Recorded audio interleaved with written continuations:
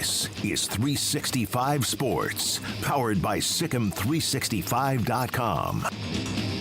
Welcome to the Triple Option. Here's your host, Paul Catalina. Welcome into the Triple Option. I'm Paul Catalina. We'll be alongside Jacob Wilson in a minute. He was unfortunately delayed, not detained. Detained makes it sound like he got arrested on the way here, but he's not arrested, Garrett. He's fine. He's not. I would, You want to put that on him? Yeah.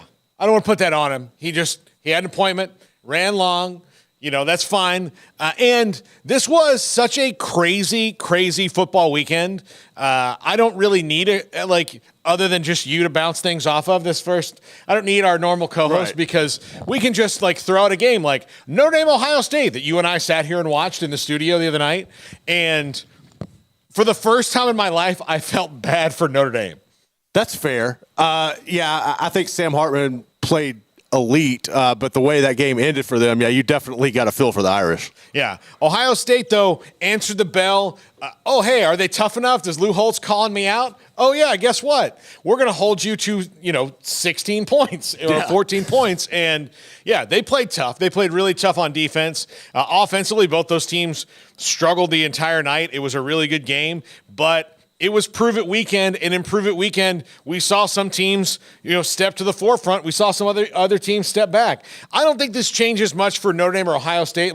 If the score was flipped, I would think, these teams are going to be in contention until later. Yeah. Ohio State shows me, especially as you get down the stretch in the Big Ten, that there's three real deal teams in the Big Ten: Ohio State, Penn State, and Michigan. And that will be a battle. That will be a fight. It should be fun to watch and see what happens out of those three. I think for me, I took more away from it from the Notre Dame perspective as of you had limited opportunity to have a clear path to the college football playoff. You blew a tire in this situation, and then now when you look at your schedule coming up this week, this week I think they have Louisville. Then you have Duke, which is not a gimme game. I think Duke can definitely beat Notre Dame. They do have Duke this week. Duke this week, and Louisville's been pretty good. So okay, yeah. And then after that, you have USC. So you're in a situation there where you could lose one or two more games, and more than likely will in that situation, and your shot at the college football playoff is done. Yeah. Duke, Louisville, USC back-to-back. Yeah, that's brutal. And then their schedule does get easier: Pitt, Clemson, Wake Forest, and Stanford. But then it could be too late. And I'll just tell you, we'll talk about Clemson and Florida State in a minute because this will be the only opportunity I have to wax rhapsodic about that game. But Clemson is still really good. They're just not what they have been. They're a level down, so that's still going to be a tough one. So you've got, looking at the schedule, Louisville. Look, they're not ranked, but Jeff Brom has got them playing pretty well. Right, yeah. And it's at Louisville. So, again, when you're Notre Dame, you're going to go in places people are going to be hyped. I think they'll probably be fine, but that Duke game's going to be Prove It A was Notre Dame. Prove It B was the upstart Duke team who plays super physical and plays a style in which you just got out of a game that they played defensively. So, that's going to be really interesting to see down the line what Notre Dame does. For Ohio State, look, I'm not completely sold that, that's a great win for them, but they're still going to have ups and downs because I don't think they really know who they are yet. They got Maryland, who with Tailua Tagovailoa is going to be pretty interesting. That'll be tough. They pushed them to the brink last year, if you remember. Maryland did. They've got a Purdue team that's Jack, just give me a hand gesture of describing Purdue's season. Yeah, so thumbs down. He gave me a thumbs down. Yeah, he gave me a thumbs down. And then they have Penn State, who, after we saw that, I know we're kind of Big Ten heavy in this first segment, but what the hell? Hey, they deserve it.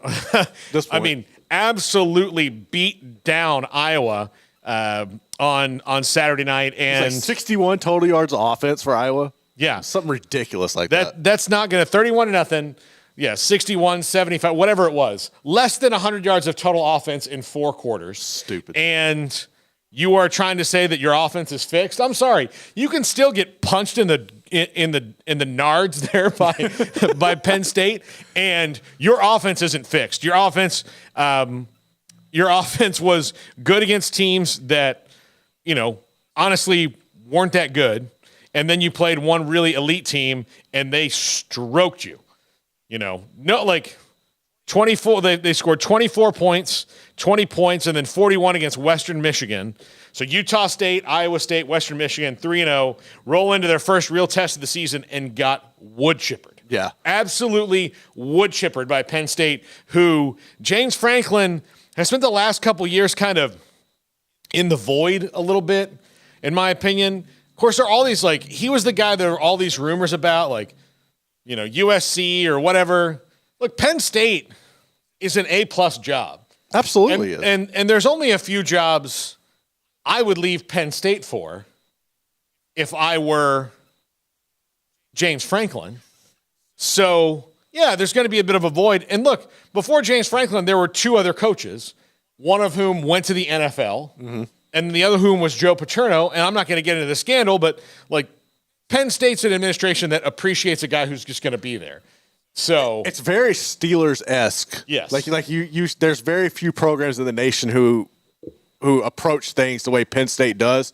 And I think more programs should honestly look at how Penn State's handled James Franklin and how Clemson handled Dabo, and just give coaches right now time to actually build the programs, because there's so many times where we see guys come in, take a new job or whatever, and within a couple of years they're already wanting, you know, there's always this mass exodus to get the guy out, and it's just a broken cycle and sets programs back. Whereas Penn State, and Clemson for that matter, while not every year has been ideal, they've always been consistent. They've always been strong in building, and it shows that if you give the right guy time, he can actually bring you and build a championship caliber pedigree around your program. Yeah, absolutely. So, yeah, those are two huge games on Prove It weekend. You know, look, I think, and we'll talk about this on the main show later on today at length with Texas and Baylor because we covered that game. But I do think that in a minor way, Texas and Baylor was a Prove It game because it was prove that you can go in on the road somewhere that's not going to be a big game, you know, that's not going to be Alabama, and do exactly what you're supposed to do. And Texas did that. Like, they went in, and teams that win the national championship, teams that contend for conference titles, teams that are in the CFP, they do what they have to do when they have to do it, the way that they're supposed to do it, and that's what Texas did the other night. It's not going to be one of their bigger wins of the season, but for a team that's re-emerging on the national stage, I do think it was important to go in and get a big win over somebody that in a situation where it's the last time you're going to play a long-time conference team. You've played this thing over 100 times. Right. All of those things going into it, and just any emotion that could have happened for Baylor, they took it out almost immediately. I also think a counterpoint to that is watching how Texas was able to overcome the two muff punts that Baylor was able to recover, and both of them were essentially had Baylor set up deep in Texas territory, and their defense was able to come out and stand.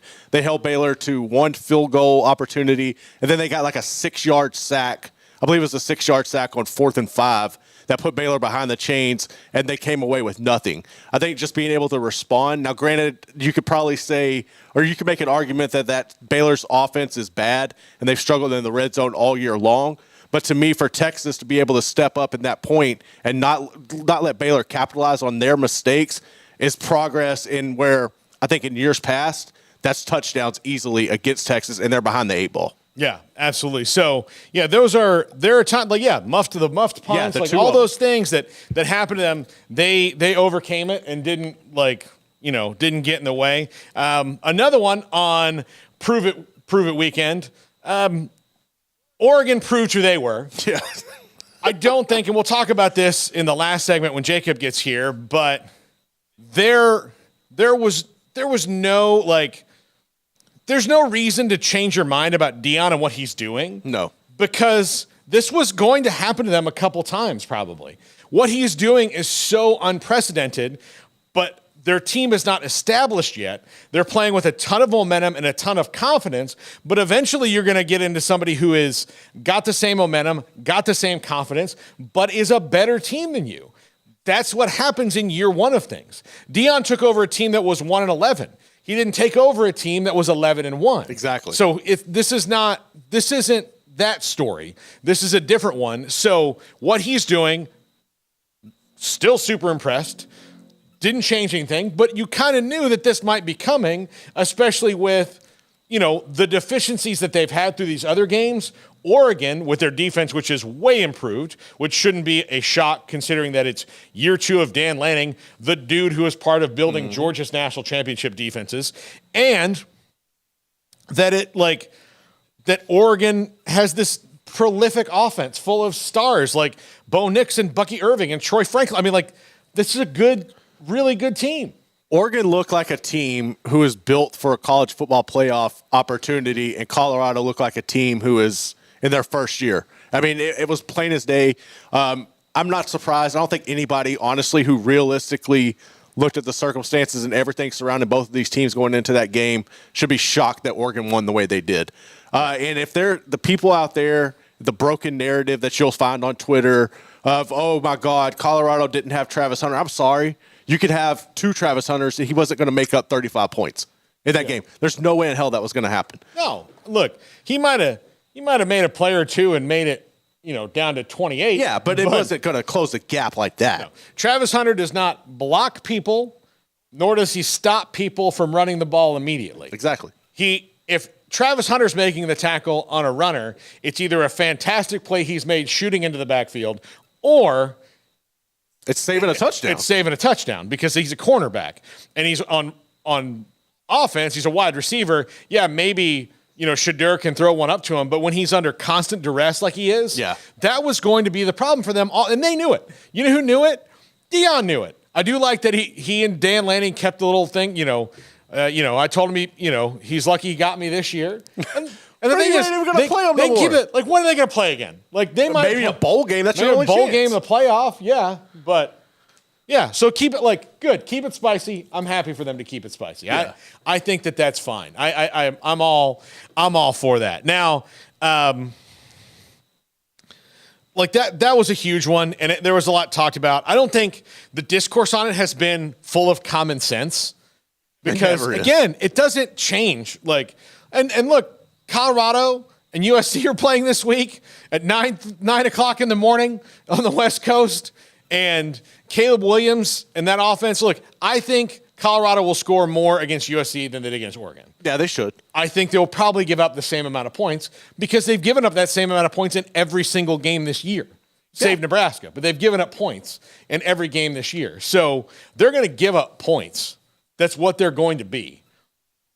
But I don't think anybody's going to pick them to win against Caleb Williams. No, I mean, there's no way you should. I think Caleb Williams is going to pick them apart. I mean, but you're going to see some big plays from Colorado. I don't. Even if they would, if Colorado would have won one game, and say they lost to TCU like most people expected them and best, I think when the schedule came out, regardless of seeing Colorado on paper, everybody knew Oregon and USC back to back were going to be losses. So I don't understand why anybody would be shocked at the current situation that Colorado finds themselves in. Yeah, absolutely. Now, on one thing, and I need to get our final pick'em standings from last week. I feel like I probably lost. I was going back and doing some work yesterday. I was like, this is not stacking up for me well. Yeah. I know I had 3 or 4 losses immediately. So, one of those losses we'll talk about real quick, Utah and UCLA. Yes. We find out just before kickoff, Cam Rising not going to play. No. He's not going to play. And so look, this is my show. I don't care. I'll say the text of what I said. I sent you guys a text of the story, and I said, well, shit. Yep. Because we picked Utah because Cam Rising was going to play in the game. You picked UCLA because you believed that Cam Rising was not going to play in the game, or if he did, his effectiveness would be limited, and they wouldn't be able to score points. You were right. What we weren't right about is that Utah's defense is bad bleeping ass. Dude, they are tough. And they're not even fully low. That was what got me. I was like, okay, if Utah gets Cam Rising back, bet they can score a little bit. But the not having the key people on your defense and everything, I thought would catch up with them against Chip Kelly in this offense. Unfortunately, that was not the case. And Dante Moore, hats off to him. He played great, but he looked like a freshman against a really, really good defense. Yeah. I loved Oregon State and Washington State. We actually turned it off for a little bit Yeah. We didn't turn it off. It kept going out. It kept going out. Like, your account is full, whatever. So then we're like, so I checked the score. I was like, hey, that's a touchdown game right now. So we turned it back on, and it was a nice finish. But Washington State held off Oregon State in a furious comeback in the fourth quarter. Washington State, I think, is legit. They're so good. Is a legit Pac-12 title contender right now. Cam Ward is so awesome to watch. That was really great. Now, in the SEC, you white-knuckled through LSU and Arkansas, which is kind of a yearly thing. Yes. Like that game last year shouldn't have been as close as it was. It was close. It's just, that's a rivalry. I'm going to chalk that up right now, Garrett, to two things. LSU doesn't know what they can do yet. No. But that was Arkansas Super Bowl. Yeah, it was definitely Arkansas Super Bowl. LSU won. I think that's what they do. Survive and advance kind of a thing. Just keep moving on. They're still a really good team. They just haven't clicked back-to-back weeks yet. No, and I think that I'm been concerned about the struggles between Jaden Daniels and finding his receivers. Malik Neighbors finally showed up against Arkansas, but that's been real inconsistent. That's one thing I'm not real certain on. And Jaden Daniels' decisions to take unnecessary hits on runs is something that drives me absolutely insane. Yeah. All right. And the big story to me in the SEC was that, look, this hasn't changed my mind much about Alabama, but they got really smart and played really well in the second half. Their defense played really well against an Ole Miss offense that I thought would be a lot more prolific than it was. And Jalen Milroe kind of took a little bit of control there. If you're Ole Miss and you're only going to give the ball to Quinshon Judkins 13 times against Alabama, I think you're going to lose in that game. Unless he's got 13 carries for 117 yards or 70 yards, and he's broken off a couple of big ones. He was averaging 4 yards a carry. Clearly, situationally, they weren't in the spots where they thought they could, especially as that game got kind of out of hand for them in the fourth quarter. But impressive. Nick Saban figured it out. I still think that team is going to be out of the college football playoff discussion. Yes. Eventually, because they've got more problems than solutions for the first time in a long time. But still impressed. Jalen Milroe, 17 of 21, 225, a touchdown and interception, and ran 16 times for 28 yards. And a lot of that had to do with some sacks that they gave up. You take it, so really 45 yards that he had after losing some yards and some sacks. But good. And Jace McClellan was good for them, 17 for 105. So I think Alabama is still going to be a factor in the SEC West race, but I don't think – and the SEC West might find themselves out of the conversation completely because – I think they should at this point, yes. Well, because look, everybody's taking a loss, right? Each other. Yeah. Everybody's taking a loss, right?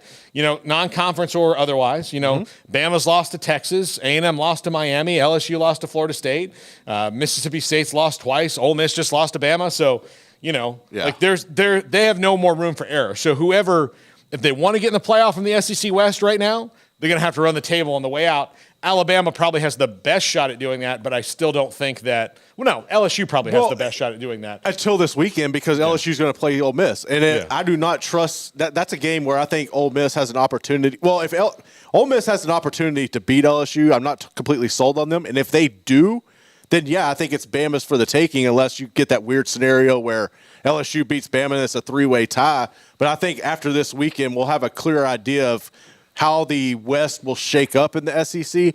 I'm still not sold completely on Georgia as a whole. I think that I was hoping Auburn would be able to push them better this weekend, but after that abysmal performance against Texas A&M, there's no way in hell that's happening.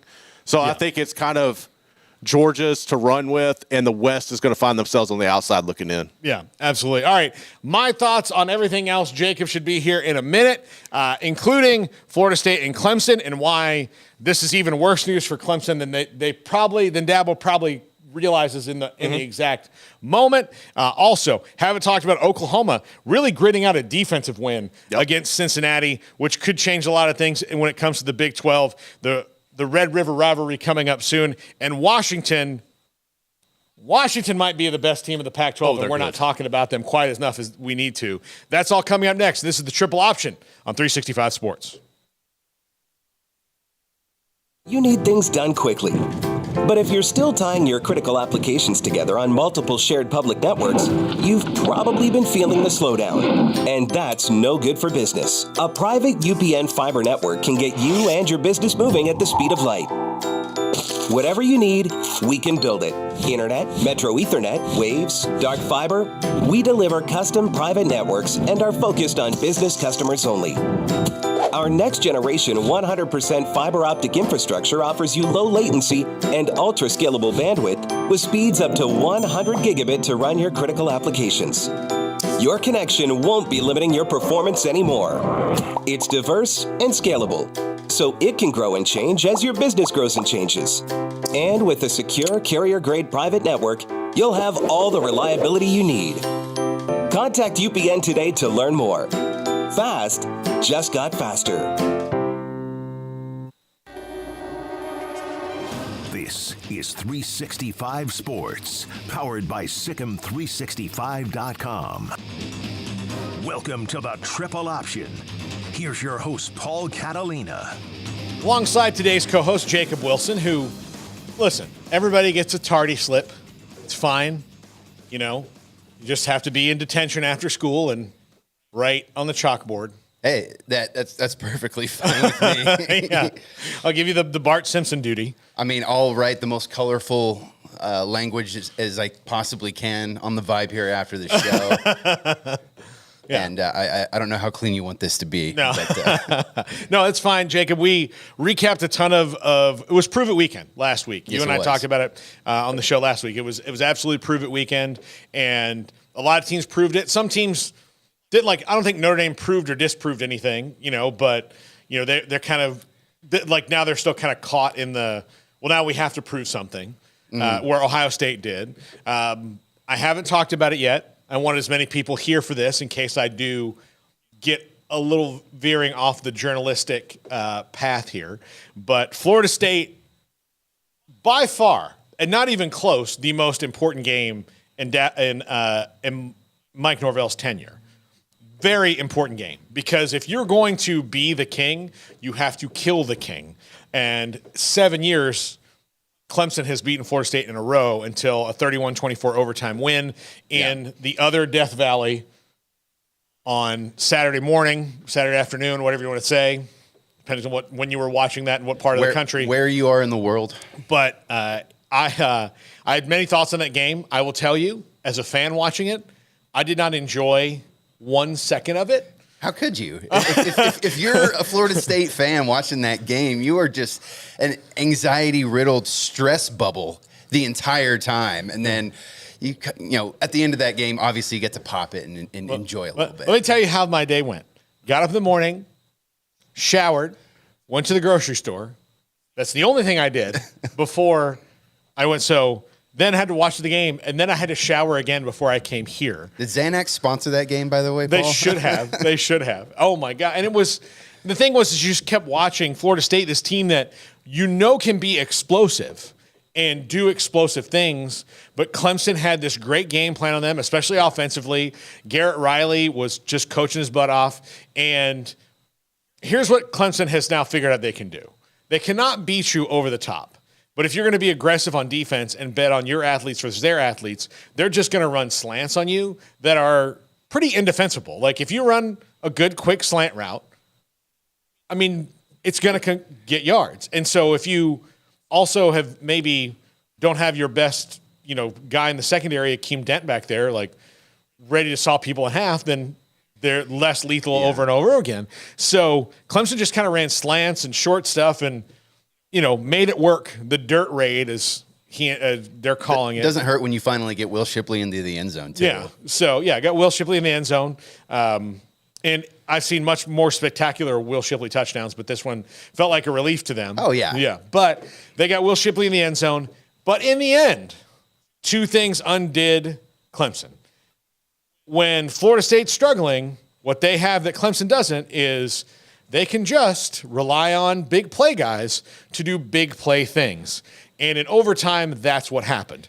And the other thing was Clemson did not call a very good game, and Dabo Swinney had a little bit too much confidence in a kicker who was taking online classes 5 days before the game when he called him. And that's a great story, and I hope that that kid's season is much better after that. But they were not playing for a touchdown late in that game, and I think part of it was that Dabo Swinney thought that Mike Norvell, and he almost did, was going to mess it up. Mm-hmm. And then again, they went to overtime, and to me, just not something you saw from classic Clemson teams. And Florida State has taken yet another step. Now, look, they've got to make sure they don't have a letdown in a couple weeks. There's definitely opportunities for it. Well, look, their schedule. They have Virginia Tech after a bye week, which much needed bye week because Jordan Travis is banged up, and he needs to get all healthy. Then they have Syracuse, who's undefeated right now and is playing Clemson this week. And we'll see how that goes for both of them. Then they have Duke, who they've never lost to, but Duke is very scary all of a sudden. Duke, a team that just beat Clemson a couple of weeks ago. Yeah, so again, they've got it, and that's before they even have the last month of playing Miami and Florida, their two biggest rivals in the whole thing. So they have to keep going unscathed because, again, in the ACC, they're not going to be able to – Clemson's out of the CFP discussion, okay? Florida State's in it. North Carolina can find their way into it if they keep playing well. Miami could, but eventually there's only going to be one of those teams left standing, and any time those teams lose, especially if it's not somebody that's any good, then they're going to be like, well, good, we can take the ACC out of this mess. Yeah. I mean, by the way, how good is Keon Coleman? That catch that he made to win that game. Here's the thing. It didn't even look like he was trying that hard to do that. I'm not saying that he wasn't, but it was just so, well, I'm going to catch this one like this. I mean, between him and Johnny Wilson, which, I mean, how much of a physical freak is that guy? That, somebody within the realm of that talent, if Clemson had one of those guys, I think Florida State would have been in a lot of trouble. I don't know if it's even worth mentioning, but I think one thing I can say about Clemson is that, yes, they did not win this game, but they are still very, very good. They're very good. Yeah. And I think that they are far from being done. Cade Klubnik, he finally looked like what you were hoping for when they recruited him out of Westlake here in Texas. And I think that there's actual sun on the horizon for Clemson. Probably not going to happen this season, but look out going forward because Clemson, they impressed me with that game against Florida State. Look, I came away, and then you knew that Dabo Swinney was going to get them better. Mm-hmm. I think, Dabo is really a victim of his own limitations right now, of things he's putting on himself unnecessarily. I mean, I think we could be looking at a Barry Bonds watching Mark McGwire and Sammy Sosa, long gone summer of '98, and then Dabo, he might dip into that steroid transfer portal and be like, all right, I'm going to do it now. The thing is, I don't know why what's he afraid of? What's he afraid of? Everybody's doing it. It's not and the thing is, it's not heroin. It's not like somebody's going to find him on the street just laying on the ground. And what happened? He's like, don't get in the transfer portal, man. They'll tell you it's fun. They'll tell you it's good. They'll take you to feel like sunshine. It doesn't feel like sunshine. Well, it does, but the come down is just brutal. Yeah, that. That's what they said. So he needs to, and look, part of it is I do think he needs to take more of a modern look at it. He's trying to, I think he's looking for lunch pail guys, and that's great. But I mean, you're shortening your pool. Every now and again, you got to take a look and see what's out there, though. Yeah, absolutely. Look, you're telling me he couldn't have gotten a Keon Coleman? Florida State, based on the receivers they have, didn't necessarily need him, right? They were just like, well, this guy's here. Can you imagine how good he would be in this offense? What the hell? Yeah. Let's go. Let's call him. And then he was like, yeah, sure, I'll come there. I mean, I don't think it was that easy. They had to ward off a couple of their schools, including Ole Miss. But yeah, I mean, Clemson could have got him. Are you happy? Are you happy? I'm relieved. You're never happy as a sports fan. I'm not. No, I don't think. People who are happy as a sports fan are stupid. Yeah. Garrett's nodding his head. He knows I'm right. 100%. Yeah, I love Garrett, but he's been a curmudgeon since the day I met him, and it's because he's an LSU fan. Yeah, but it's gullible. You're yes. You don't don't drink the only time you should drink the Kool-Aid is when it's spiked with champagne and they're holding up a trophy. That's when. Like I'm very spoiled as a sports fan. Jacob, you and I have been through this a lot. I mean, I'm a Red Sox fan. You know, we're both Cowboys fans, although it doesn't feel like we're spoiled anymore. And then I'm an FSU fan. I'm a Spurs fan. Like, things have gone well for me for the most part in my life. Plenty of skins on the wall in your fandom. But the thing is, now I know. Like, I've tasted the prime Wagyu steak, the tomahawk ribeye of it all when it comes to national championships. So while I might enjoy mildly a 10-3 season after a couple of, chopped liver seasons, I really am only going to be happy when it's over. And so it's hard. Like, you're in a constant state of stress. And you have to enjoy the ride. I'm enjoying the ride, but that game was not enjoyable at all as a sports fan. It wasn't. It was, I mean, the very end was. And like, if I was just watching, like, I enjoyed the Notre Dame game thoroughly. But Notre Dame and Ohio State, I knew exactly what all their fans were feeling because 6 hours before, I was feeling the same thing in a flop sweat. So, yeah, no, it was wild. Elsewhere, Prove It weekend saw things like Washington. To me, even though they didn't have like a big matchup, they were playing Cal. Mm-hmm. Washington is really amazingly good. Yes, and they are. I don't know because of the hype around the Pac-12 and how good the rest of the Pac-12 is. I don't know if they might not be the best team in it. I mean, tucked up there all the way in the most northwest part of the country. They've got Oregon, who's the flashy team, looking very good right south of them. USC, obviously, they've got Caleb Williams in that conference. They're all going to the Big Ten next year. They're all in the same camp. They're all very good. But you're right. Michael Penix is a guy that people really need to be talking about. He looks like a phenomenal quarterback. And, frankly, underappreciated in the Heisman debate right now because after that Oregon-Colorado game, I think we need to reevaluate that entire conversation. Yeah. Look, we talked about Oregon-Colorado, and you and I are going to talk about it in the last segment here. But, I mean, they are really, really good. They've got great skill players. They're playing better on defense. The Pac-12 is not, outside of Utah, one of those, bare-knuckle brawl defensive leagues, but I do think that they have teams that can, like Washington, that can score enough to where even on a bad day and their defense can make key stops.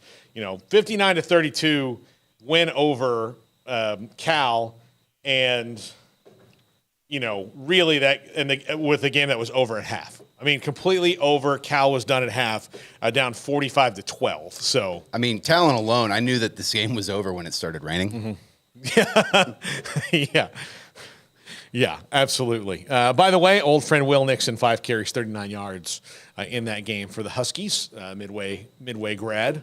You weren't with us when you were kind of gone for a little while. I've returned to Midway Panther football. Yeah, but as of this year. Yeah. So, but yeah, that was something, a sight to behold, to watch them just dismantle a team and a half like that in a conference game.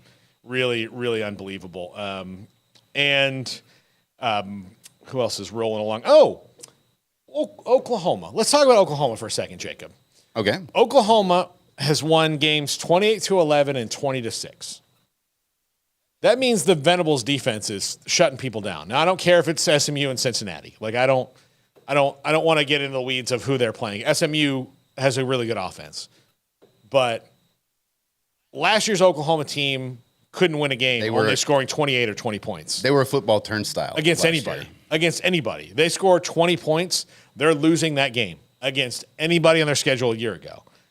So the team has changed a little bit. It's not as exciting, but it's exactly why you brought Venables in, right? No, and it's made me consider the Red River game a lot differently that's coming up, in that this one it's always weird and wild and strange stuff happens in the game, but this is the best both teams have maybe been at the same time in the last decade. It definitely is. Yeah. And the Red River rivalry, it's a lot like the Iron Bowl or the Egg Bowl or any of these big time rivalry games that you hear about, because ultimately rank doesn't really matter, because these two teams, come at each other with everything that they've got every single time that they face off. And look, Oklahoma finally playing some defense, that definitely makes this game a lot harder to predict. Yeah. Now, look, I say that knowing that Oklahoma has Iowa State this week, who had a much-needed win and a nice offensive output against Oklahoma State, especially by Iowa State standards. In fact, they scored the only points in all of Iowa last week. So that's saying one thing. Iowa, not really a state known for points. No. And Texas has Kansas this week, a game that has been a bugaboo for them when Kansas wasn't good. And now here Kansas comes in, and they're pretty darn good and might have a little more confidence against Texas than maybe other teams in the conference do because of what's happened the last few years. They have Jalen Daniels. Later on the week, we're probably going to put this on the pick'em. I'm picking Texas, but I mean, this is the one in the schedule that they have left outside of Oklahoma where you go, I don't know if I'm a Texas fan. That one's in. It's in Austin. Austin, right? I mean, Kansas won there 2 years ago. Let's not forget that. That's true. But now that Kansas is actually a competitor and their beating of Texas wouldn't be a huge shock. It makes home and away more of a factor. Yeah, I believe. Yeah, probably. And look, here's the thing: when they were beating Texas at home a couple years ago, it wasn't going to be like what they're walking into this week. But Kansas had the look. They continue to win and they continue to impress. And there's a team I don't think is going to be there at the end of the year for the Big 12 title game, but I don't need much convincing for you to tell me that they could wind up doing it. I really don't. Like I know that their schedule's only going to get tougher as it goes out. I mean, they still have to play Texas. They've got to host UCF, which John Rice Plumlee will probably be back for that one for sure if he's not back this week against Baylor. They've got Oklahoma, and they have Kansas State. And so those are games that are going to be tough for them to win. But all the rest of them, I mean,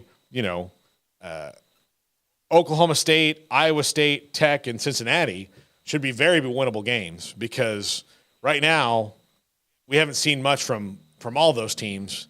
Mike Gundy in particular is lost in the woods, and Joey McGuire has had a sputtering start to the season in Lubbock. Yeah, the lightning that was in that bottle last year has been let out or just diffused on its own there for Joey McGuire, which is a little disappointing because what he had going on there with Texas Tech was very, very exciting. I anticipate he'll get it back on track. It might not even be this year, but I do think Joey will get it together. But mark my words, if Kansas can pull off a win against Texas, I don't see why they can't run the table. Well, I mean, look, if they do that, then who are you afraid of, right? Exactly. I think that's a wave that they can catch and then just ride it all the way. Yeah. I mean, they still certainly have trouble stopping people. That's true. But they're not unlike Colorado in that regard, in that they're going to score points most days when you're not playing Oregon. But yeah, you're going to make sure you got to keep Jalen Daniels healthy and make sure you can get stops when you need to, because they're not going to have a game where they can look in the fourth quarter and be like, oh, we're up by 3 scores. I just don't think that that's going to happen for them all that often because of that defense. Kansas State, big win over UCF, and after a disappointing loss, they looked really good. Will Howard gutted through that game. West Virginia looked really tough on defense. I mean, that game was unspectacular in a lot of different ways, but Neil Brown is – we talk about Prove It Week. Neil Brown is in Prove It year. He's in Prove It year. He's in He's in part 2 of Prove It year. Yeah, he is so far outside of losing to Penn State, who's probably a playoff contender. He's proven it at this point. They're sitting at 3-1 and undefeated and 1-0 in the Big 12 to start out, which I did not see coming with their schedule. I thought Pitt would be better. We all thought Tech would be better. And they have flipped the script on everybody. Yeah, I thought that Neil Brown was going to be kind of a sacrificial lamb coming into this year. Like, why else would you keep a guy like that around after all the speculation and all the disappointment? But hey, he's proven them wrong. He's proven me wrong. Yeah. I was talking a lot of trash about him last year. Yeah. No, look, they've got to go to TCU this week, a team that everybody threw dirt on after they lost to Dion. But yeah, speaking of which, Garrett, did you put the TCU pennant behind me to troll me? I did not. But now, I kind of wish I would take credit for that, honestly. I mean, that's my punishment for being late, I guess. Yeah, that's what it is. Yeah. Just be glad you're not in the pick'em.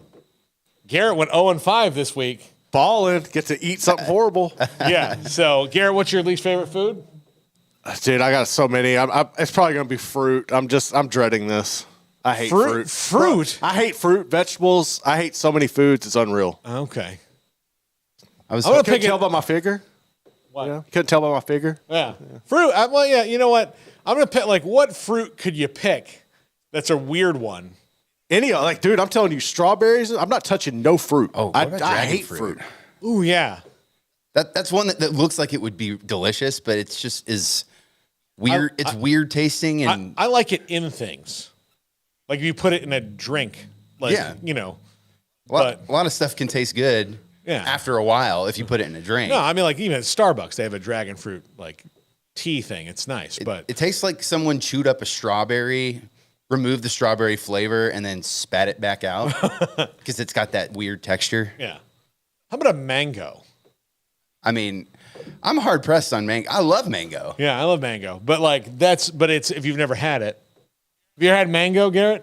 I have not.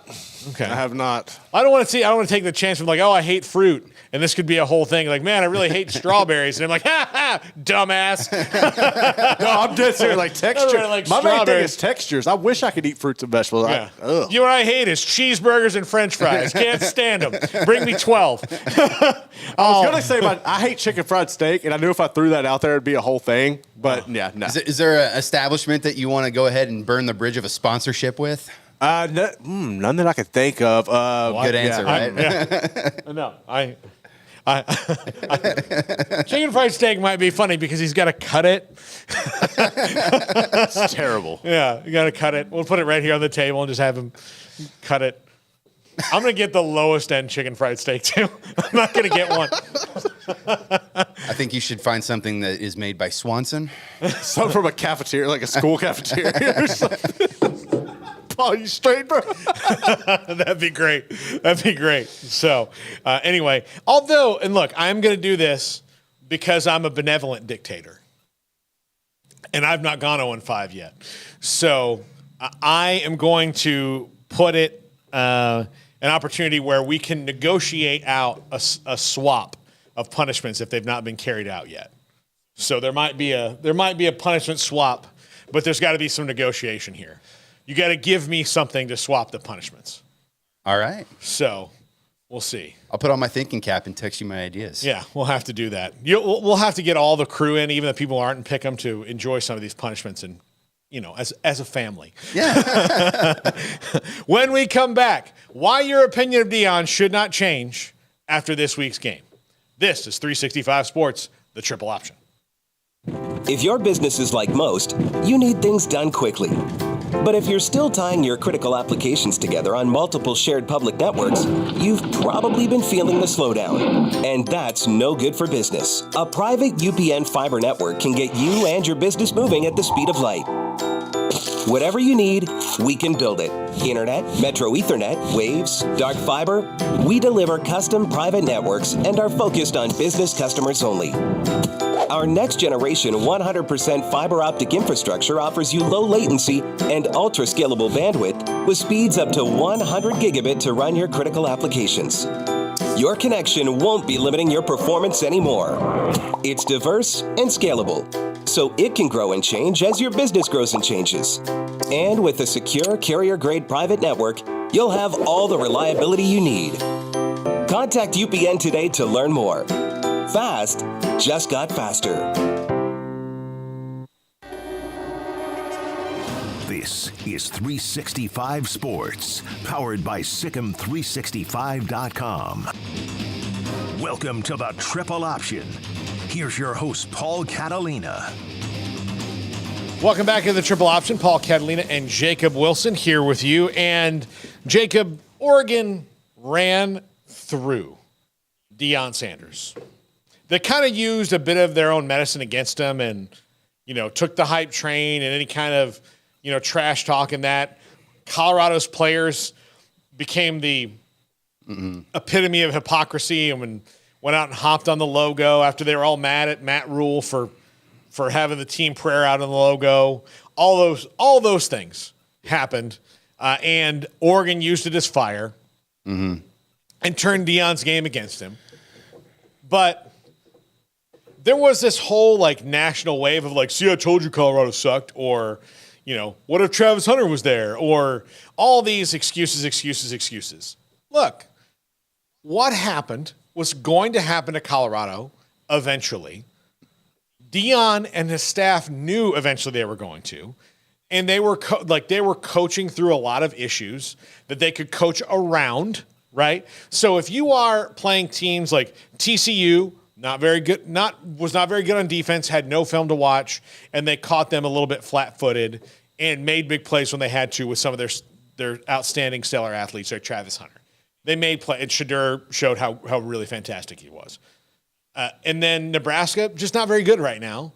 And when they kind of got a handle on that one, they put some distance, although it was close early. But they put some distance there. Colorado State went into overtime. Into the next day, early after, like there were like people getting up for their early shifts when the game was ending. Like that's how late that game went. And then you get against Oregon, who's been doing this for a little bit and was ready for you. So that was going to happen. That you can't coach around not having a good offensive and defensive line forever. You can sometimes, but when you play a team that has the kind of lines that Oregon has, it's going to show up, and Shedeur Sanders under duress, and then they couldn't stop anything coming at Oregon running the ball the entire game long. I mean, Dan Lanning, he delivered a speech to his team that made just about everyone in the country want to run through a brick wall because, I mean, unless you're a Colorado fan, of course, but he kind of called them out, got into his players' heads in a good way, and I think ultimately, like you said, we didn't expect this Deion train to come to the screeching halt that it did, but I think ultimately when you get the players on Oregon's roster, top to bottom, just more talented, I think ultimately Kenny Powers is right. Talent is God-given, and talent wins out, and that's just kind of what happened. Yeah, look, Colorado's still going to have a really good season, especially based on the fact that they were 1-11 Yeah, they tripled their wins from last year. Yeah, they're still going to win most of the games that they play for the rest of the year, but they're playing like they still have to play Washington State in addition to USC. They're going to have tougher games.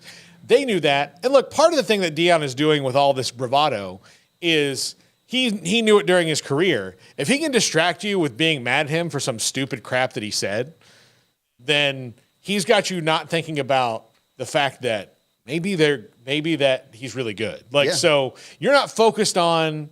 It's like when Kevin McHale totally decks Kurt Rambis in the NBA Finals, and then all of a sudden the Celtics get all that momentum because they're in their head. Yeah.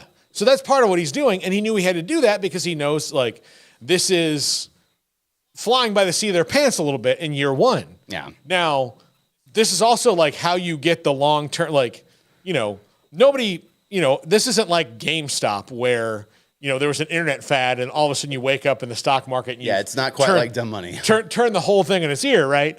He is investing a lot of this capital in the future in saying look how awesome this is right now. Just imagine how awesome it would be if we had players that were developed through the system and came here, And he's still prime, and assuming he's going to be there for a good number of years. I actually do. I think part of it he has a lot to prove to the world that's doubted him for whatever reasons. But I think his style really, really resonates with the youth of today, and therefore, I mean, he's going to continue to just be able to recruit with anyone. Yeah, and look, he's scary because he's not the establishment, right? He's scary because he's not the norm, and so everybody's like, well, I told you it wouldn't work. Well, I mean, he's 4 games in, man. He's 4 games in. He's 3-1. Okay, I'm glad you mentioned 4 games in because you were starting to. It sounded like you were describing our 45th president, I believe. Is who it was? Yeah, it's not going to work. It's it was 4 games in. He's not the establishment. No. But I mean, he scares people. He scares people because it's different. And look, he's shaking things up, but he's got to have substance behind that. And substance comes with wins. So look, everything could flip. If USC goes out there and doesn't match what Oregon did and somehow loses the game to Colorado, then started the hype train again. He just beat Caleb Williams, all these things. But that would be incredible. And I think that nobody's going to beat Colorado the way Oregon did again this year. And USC doesn't have the defense to dominate them the way that Oregon did. Mm-hmm. And I think you're going to see a little spark of improvement. I don't see them beating Caleb Williams in USC, but I think you're going to see people who were overreactors who completely jumped off the train. They're going to see an improvement against USC and be like, okay, there's something to this. I think that this might actually work still. Yeah, absolutely. I think it's good. I don't understand why he's I understand why he's polarizing, but I don't know why you dig your heels in either way right now and just let the guy find his way. I know he's calling a bunch of attention, and look, Fox is following him everywhere. Yeah, it was very funny to me that he is playing the game, and granted he's very famous, but his team is playing the game at USC's place in on the Big Noon kickoff, and the graphic I saw during the Cowboys game yesterday was an animated Deion riding a charging buffalo, and then just a still picture of the Heisman Trophy winner. That's how much it's a little bit out of whack, but that's also not Deion's fault. That's how the media world reacts to silly things, Yeah, but let's be honest. On a scale of 1 to 10, how much do you think Deion loves the attention? Oh, loves it. Wants it. It's what he's doing. He's trying to, again, he loves it. He loves the attention. Now, I do think if you asked him, would you like a little bit less?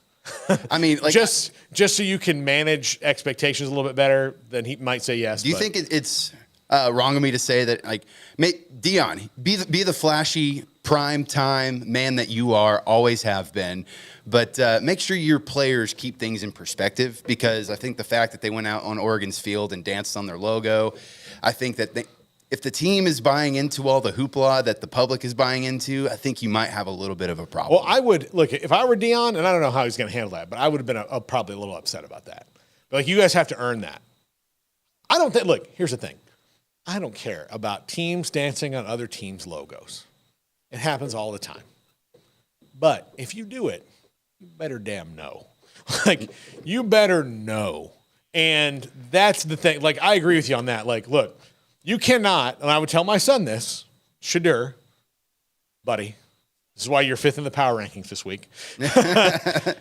You cannot make a very public statement about disrespecting one team about being on the logo and then let your team be a part of doing the exact same thing that you accuse somebody of in a game that you then go out and get your ass handed to you. You can't do that. Deion was the master of trash talk because nobody ever really beat him. Who are the guys that beat Deion? Jerry Rice and Michael, other Hall of Famers can say oh, I got Deion a couple times. But again, even Jerry Rice is counting on, all the times that they went up against each other where he felt really good about, oh, I got you, Deion. Mm-hmm. So Deion knows that. He needs to convey that. Trash talk is wonderful and great, but do not put yourself in a position where you show your ass. That's kind of what they did a little bit in that, you were just complaining about it. No, learn from it, grow. Don't do that again. Wait until that's the other thing that's great about trash talk is when you're waiting for that time, just like a cobra, and then you just sit there and wait and wait and wait and wait. And then they do it, then you can strike, as opposed to, scorched, try to do scorched earth. And they didn't really, they came to a knife fight with pillows. Do you want to know what a sport without trash talk is called? Hockey. Garrett, do you agree with me? Garrett's about to. What is this? I said, do you know what a sport without trash talk is called? It's just called hockey. That's fair, but hockey's elite, dude. Well, I'm just saying because none of them speak English and they all beat each other's brains out. Oh, they don't need to talk. They just fight. Exactly. Yeah. So don't. Yeah, I think you're right, Jacob. All right, we are wrapping up now. Jacob, thanks for popping in. I know it was a rush for you. I always appreciate seeing your lovely face. Mm-hmm. So does everybody here, especially Jack. He didn't react. He didn't care. No, he didn't care. Just a reminder, Jack and I will be in Orlando this week. We'll be at Burger U on Thursday at 2 o'clock. We'll be at Bounce House Social on Friday starting at 3 for Baylor versus UCF. And I did not want to rip off that Band-Aid with you so soon after what happened with Baylor this weekend, Jacob. But I'm dead inside. But I expect you to bring Jack back to Texas with a puka shell necklace. Or some other kind of Florida, very specific attire. Well, I wish I could have brought Emery on this trip, but it might be a good thing in the long run that I couldn't because of scheduling conflicts. Because I think I might have to call his parents and be like, "Look, I lost your son. I mean, I know where he is, but he's working at a beach bar in Cocoa Beach now, and he's dating, some girl named Astor, and she's got a weird tattoo on her back. I don't know. He's now attending the Church of Jimmy Buffett. Yeah, Florida's got him now. He's he's talking about getting a boat and sounds awesome, honestly. Getting a boat and running charters for tourists, but he doesn't know the first thing about boats, so it's going to be bad. I'm sorry. Developing mind. Yeah, he's already wearing unbuttoned shirts. I can't stop it now. No, I didn't want that to happen to our beautiful, lovely, smart Emery. But that's going to be on Thursday and Friday this week. And of course, I'll be doing my part of the pregame show and the postgame show from the Bounce House itself, which I'm very excited to go to because when I lived in Florida, UCF played in the Citrus Bowl. And when you went to games in the Citrus Bowl that weren't the actual Citrus Bowl, it was a little sad. Yeah, it was just like one of those things. Like I went to a Cowboys-Oilers preseason game there one time, and when I was a kid, and it was even that was a little sad. Like, I mean, I lived in Hawaii for 4 years, and anytime I went to a Rainbow Warriors game at the Aloha Bowl or Aloha Stadium, it was kind of like, yeah, this is awesome, but it's not the Pro Bowl that I really enjoyed watching as a kid. Yeah. So yeah, I mean, so I'm excited because it's one of the best. It's one of the best venues, newer venues in the country. That's I think great. They have a good time there. So we'll be there on Friday. If you're in the greater Orlando area, please come out and see us and enjoy those two places on Thursday and Friday. That's going to do it for us. We'll see Jacob again soon. This is the Triple Option on 365 Sports. If your business is like most, you need things done quickly. But if you're still tying your critical applications together on multiple shared public networks, you've probably been feeling the slowdown. And that's no good for business. A private UPN fiber network can get you and your business moving at the speed of light. Whatever you need, we can build it. Internet, Metro Ethernet, Waves, dark fiber. We deliver custom private networks and are focused on business customers only. Our next generation 100% fiber optic infrastructure offers you low latency and ultra scalable bandwidth with speeds up to 100 gigabit to run your critical applications. Your connection won't be limiting your performance anymore. It's diverse and scalable, so it can grow and change as your business grows and changes. And with a secure carrier-grade private network, you'll have all the reliability you need. Contact UPN today to learn more. Fast just got faster.